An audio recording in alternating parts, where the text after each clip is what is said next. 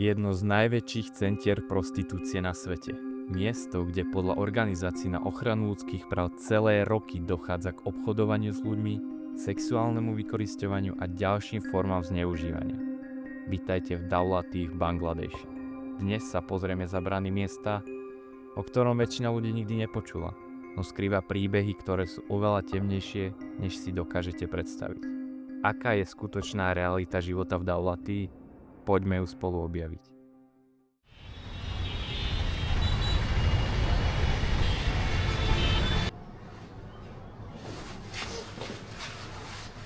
Čaute. Nachystal som sa, veci si nechám na hoteli a idem sa skúsiť dostať do toho spomínaného najväčšieho bordelu na svete. Už to troška taký, neviem čo vám očakávať, ale vždycky mám prirodzene rešpekt pred takými nebezpečnejšími miestami. Ale idem vyskúšať, možno sa tam aj nedostanem a otočia ma, takže uvidíme, nechám sa prekvapiť. Som zvedavý, čo to bude.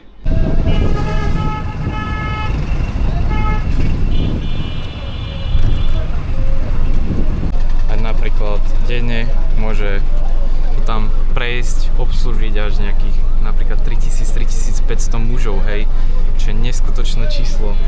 Jedna žena môže obslúžiť kľudne denne 10 až 20 klientov, čo je extrémne veľa na jednu ženu a hlavne ak tá žena proste nie je ani plnoletá, to je na tom najhoršie. Najhoršia vec na tom to je, že proste tie ženy majú často pod 18 rokov, sú dopované tými steroidami a sú tam často predané jak nejaká vec, proste jak otrok. To je vlastne na tomto najhoršie a to nelegálne, pretože v Bangladeši ako aj na to, že to je moslimská krajina, je prostitúcia povolená od 18 rokov.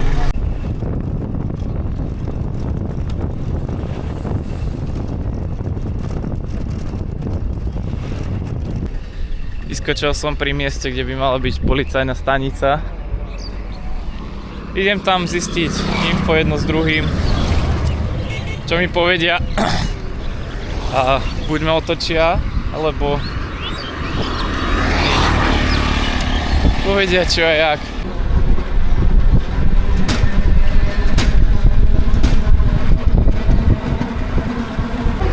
A vlastne dievčatá predajú do toho bordelu za cca 400 eur. Za týchto 400 eur si ich tie madam kúpia niečo ako investíciu. Úplne sa tam s nimi obchoduje jak s nejakou vecou. Následne nejakú službu si v tomto bordeli môžete kúpiť okolo 2 až 5 eur, čože za 2 eurá môžete mať vlastne to, kvôli čomu tam všetci chodia, kvôli sexu, uspokojeniu jedno s druhým. Za 2 až 5 eur viete kúpiť nejakú službu, celá noc môže stať 20-30 eur. Takže akože ceny posúďte sami a nemám moc slov k týmto cenám.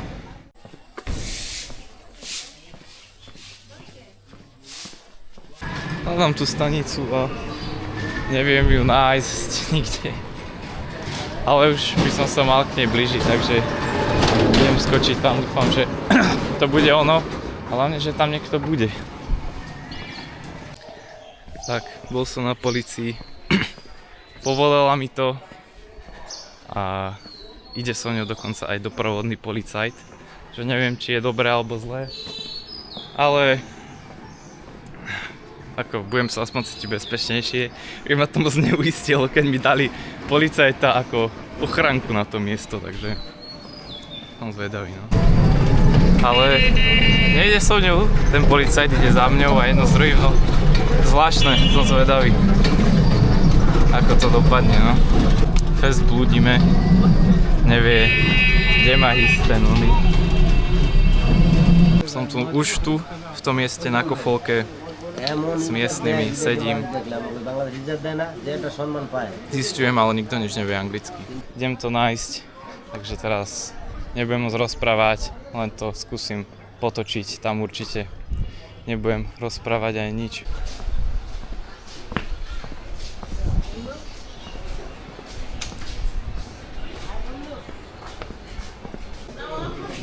the place?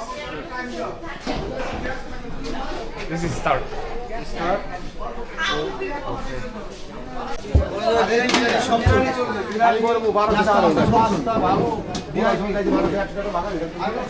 Toto už je to miesto.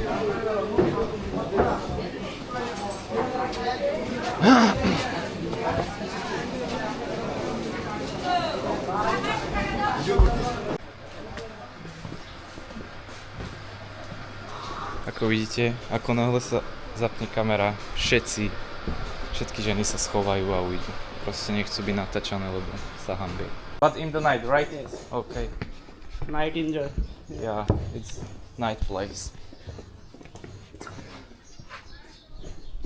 Vlastne tieto všetky uličky sú na to prispôsobené, hej. Tu v noci, kedy sa sem neodporúča chodiť a ja som sem ani v noci nechcel ísť. To tu žije... we try a different street. First to last main gate. Oh. Main road. Right? Oh, Yeah. main road. We go side. Side. OK. A hlavne v noci to tu žije. Keďže je tu teraz málo ľudí, tak mám možnosť vám tu k tomu niečo povedať, ponatáčať. Je tu až 2000 alebo 2500 prostitútok odhadom vo veku kľudne aj 12-14 rokov a staršie. Proste to je dôvod, prečo je to také nebezpečné z druhého boju. V Bangladeši je prostitúcia legálna, ale až od 18 rokov.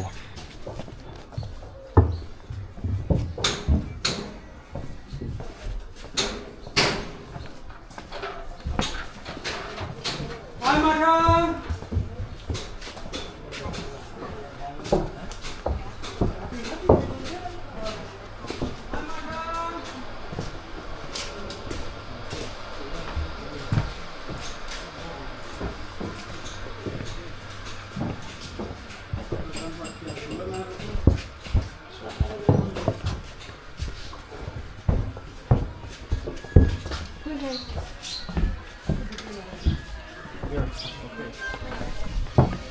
A vlastne tým 14-ročným, don't worry, vlastne tým 12-14 ročným dievčatám podávajú steroidy pre dobytok, aby vyzerali staršie, mali viac tie ženské črty a následne si ich tí muži vybrali, pretože tu čím je mladšia, tak sa viacej platí, je viac žiadanejšia. Alebo keď ešte nemala sex, tak sa platí oveľa viac, takže ešte viac žiadanejšia.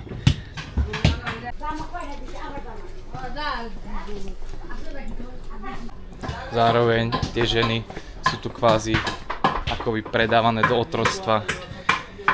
Tie ženy, tie prostitútky predajú vlastne tu určitým madám, ktoré ich vlastne kúpia, je to niečo ako investícia. Oni ich predávajú, riadia to, sálujú z toho peniaze a tie ženy si kvázi niečo ako keby splácajú dlh, keď sa predajú tým madám a tá madám si iba odškrtáva z knižky, vlastne to, čo zarobila, si odškrtne a tak sa spláca určitý dlh, keď ich tu predajú.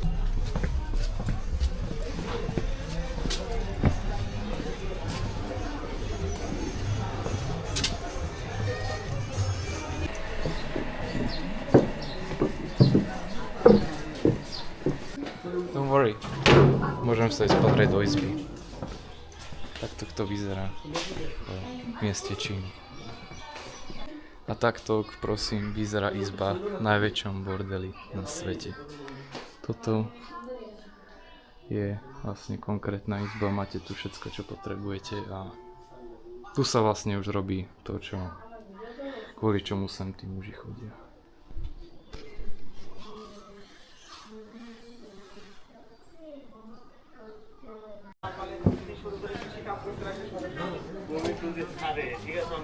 Hey, intake pencil packet of एक packet. Policajt je môj normálny sprievodca, fest sa mi to, lebo myslel som, že ma bude obmedzovať, ale vôbec práve, že naopak.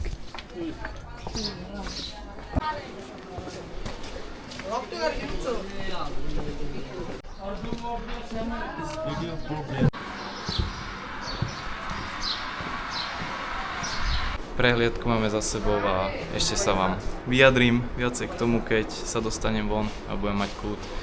Zopakujem vám ohľadom to nejaké infočky, ale tento zážitok bol nezabudnutelný, ale určite nepríjemný a pekný. Tak videli ste to, zážitok asi na nezabudnem, ale príjemný a pekný určite nebol. Aj zvážim, či to video zverejním, uvidím. Ale ešte vám idem povedať k tomu informácie.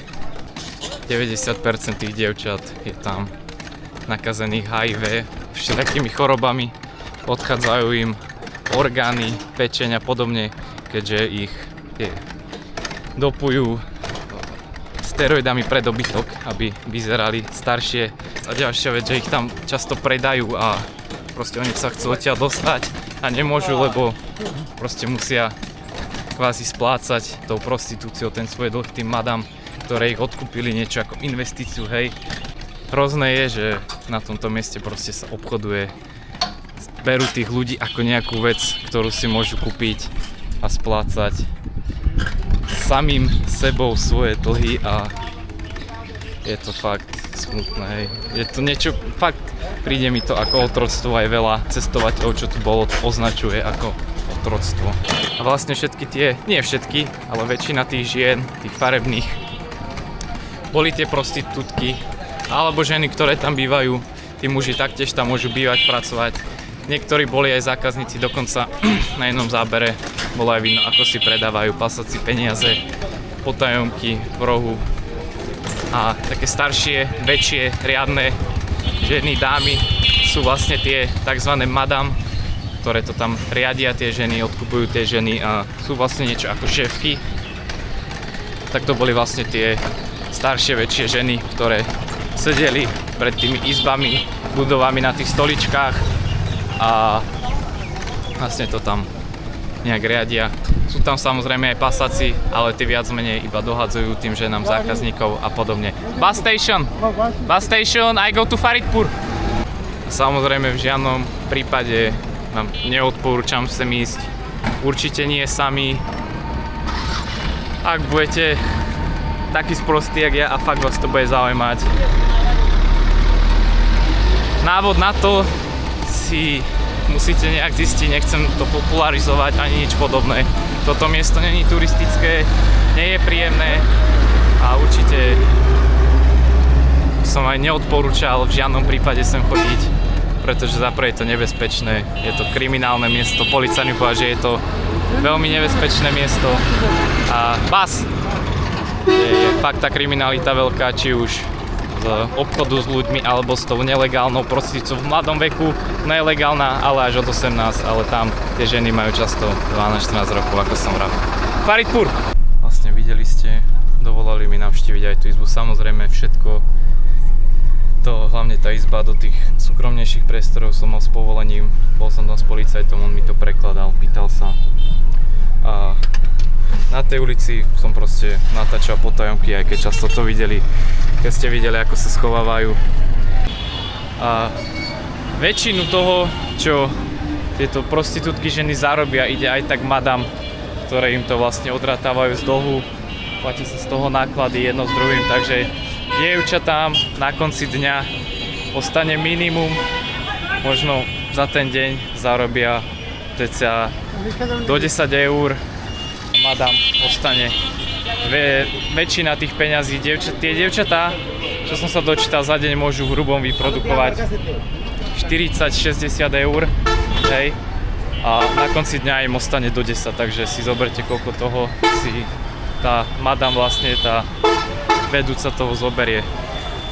Takže hrozné, no fakt, tie dievčatá vlastne si takto splácajú ten dlh, ale prakticky ho niektoré nikdy nesplatia a už zostanú v tom bordeli do konca života. A všetky tieto čísla sú len odhadované údaje zo všelijakých výskumov a podobne, čo som sa dočítal. Pracoval som aj s AI, s internetom, so všetkým, čo sa zdalo, aby som mal tie informácie najpresnejšie. Takže oni sa môžu tieto čísla všetky časom meniť, takže je to všetko len súčasné a odhadované. A keď si zoberiete a zrátate to, hej, to dievča zarobí do tých 10 eur, ostatok ide madam, takže tie madam sú prakticky majú dosť peňazí, ale zároveň musia tam, funguje tam, čo som sa tiež dočítal, všelijaký systém podplácania a podobne, nejakej ochrany jedno s druhým, takže točia sa tam všade peniaze, ale aj napriek tomu tie madám dokážu zarobiť kľudne 20 násobok normálnej mesačnej mzdy v Bangladeši, hej, takže čo je dosť veľa peňazí.